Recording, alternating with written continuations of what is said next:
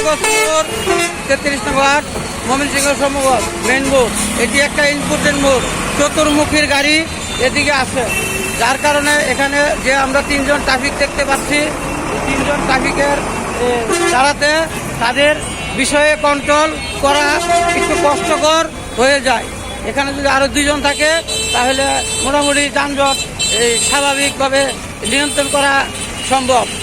এই আজকে রবিবার, এই যানজট দিন যাবে সময় যাবে বাড়বে। এই যানজট বাজতে বাজতে, গাড়ির জাম বাজতে বাজতে সম্ভবত আলামিন পাম্প, চানফিস পাম্প পর্যন্ত সিরিয়াল লেগে যায়, সিরিয়াল লেগে। আর এখানে টোটোমোয়ের গাড়ি এলোমেলো হয়ে যায়, এক গাড়ি দেখতে গেলে আরেক গাড়ি জাম বাজে, তেরা করে দেয়। যার কারণে এখানে যদি আরও কিছু লোক বাড়ানো হয় তাহলে মোটামুটি কন্ট্রোল থাকবে, যানজটটা বাজবে না।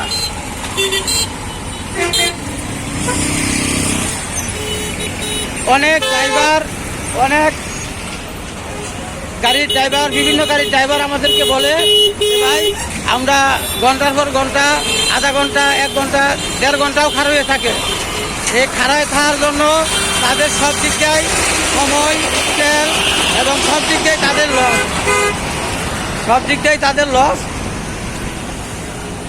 সকলেই চান যানমুক্ত বাংলাদেশ, যানজট মুক্ত বাংলাদেশ।